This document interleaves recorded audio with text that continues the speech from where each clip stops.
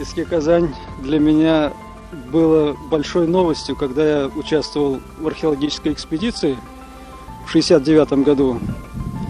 Тогда археолог Равиль Фахрудинов многое мне открыл в той местности. И я увидел, как сам народ тянется к этому месту, хотя там совершенно голое все, ни кустика, ну, в общем, ни могильного камня, ничего нет, пусто.